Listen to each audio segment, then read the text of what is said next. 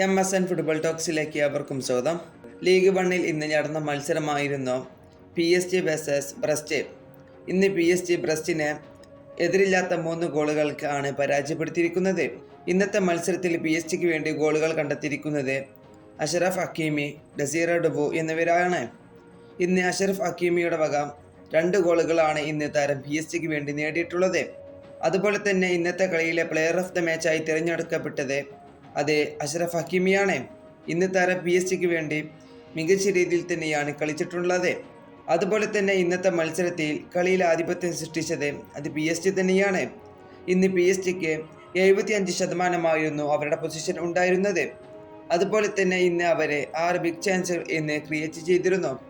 അതുപോലെ തന്നെ 18 total shot ചെയ്യപ്പോൾ shot on ടാർഗറ്റിലേക്ക് പോയത് 8 എണ്ണമായിരുന്നു.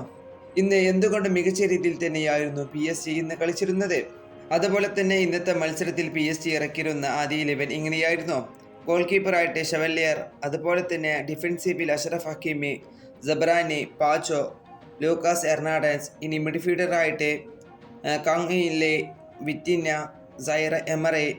ഇനി മുന്നേറ്റ നിര നോക്കുമ്പോൾ ബാർക്കോളോ, സെന്നി മൈലോ, കവരസ്കെല്ലിയ എന്നിവരായിരുന്നു.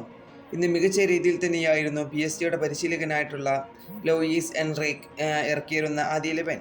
ഈ വീഡിയോ ഇവിടെ അവസാനിപ്പിക്കുന്നു. ഫുട്ബോൾ ലോകത്തെ കൂടുതൽ വിശേഷങ്ങളുമായി അടുത്ത വീഡിയോയിൽ വീണ്ടും കാണാം.